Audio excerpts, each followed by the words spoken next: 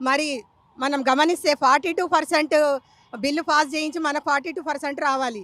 మరి మన ముఖ్యమంత్రి గారు రెండవ సీఎం అయినటువంటి ముఖ్యమంత్రి గారికి మరి ఒక 120 సంవత్సరాల పైనే చిలుకుంది. పార్టీ పరంగా మనకు ఒక అనుభవం ఉంది, సీనియారిటీ ఉంది. మరి అలాగే 75 సంవత్సరాలు పరిపాలించిన అనుభవం ఉంది కాంగ్రెస్ పార్టీకి. మరి ఒక 42% బిల్లు పాస్ చేయాలంటే దానికి ఎలా ప్రాసెస్ అనేది తెలియదా? మరి ఇప్పుడు మనం మాటకు ముందు తమిళనాడు ఇచ్చిండ్రు కదా, వాళ్ళు 42% అబౌవ్ ఉంది అంటున్నారు.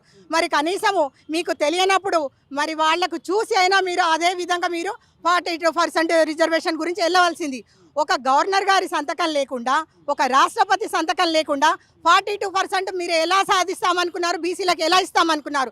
మీది కేవలం బీసీలకు ఒక మోసం చేసే విధంగా ఒక కుట్రపూరితమైన ఈ బీసీ నినాదం అనేది తీసుకొచ్చిండ్రు. ఒక ముదిరాజులకు బీసీఏ ఇస్తానని చెప్పేసి మరి కామారెడ్డి డిక్లరేషన్లో చేశారు. మరి అదేవిధంగా మేనిఫెస్టోలో పెట్టారు. ఆ విషయం పక్కన పెట్టి 42% కూడా అక్కడికి డిక్లరేషన్ చేశారు.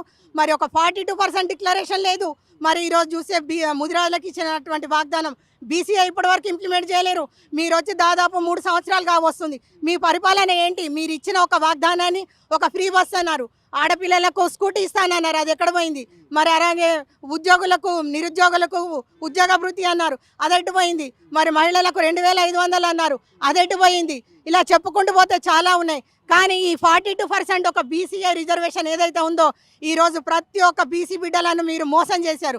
అది ఈరోజు గమనిస్తున్నారు. అది మీకు తెలియక తెలిసినా కానీ మేము మీ వెంట అందరం కూడా వచ్చాం. ఒక బీసీ రిజర్వేషన్ ఇస్తారన్నందుకు మేమందరం కూడా మిమ్మల్ని ప్రశ్నించలేదు. మీరు ఎలాగైతే అలాగే మీ వెంట వచ్చాం.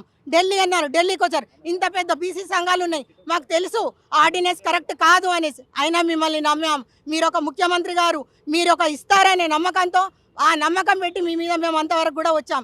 కానీ ఈరోజు ప్రతి ఒక్క బీసీ బిడ్డలను మీరు అన్యాయం చేశారు, మోసం చేశారు. మీరు ఎలా కూర్చున్నారు?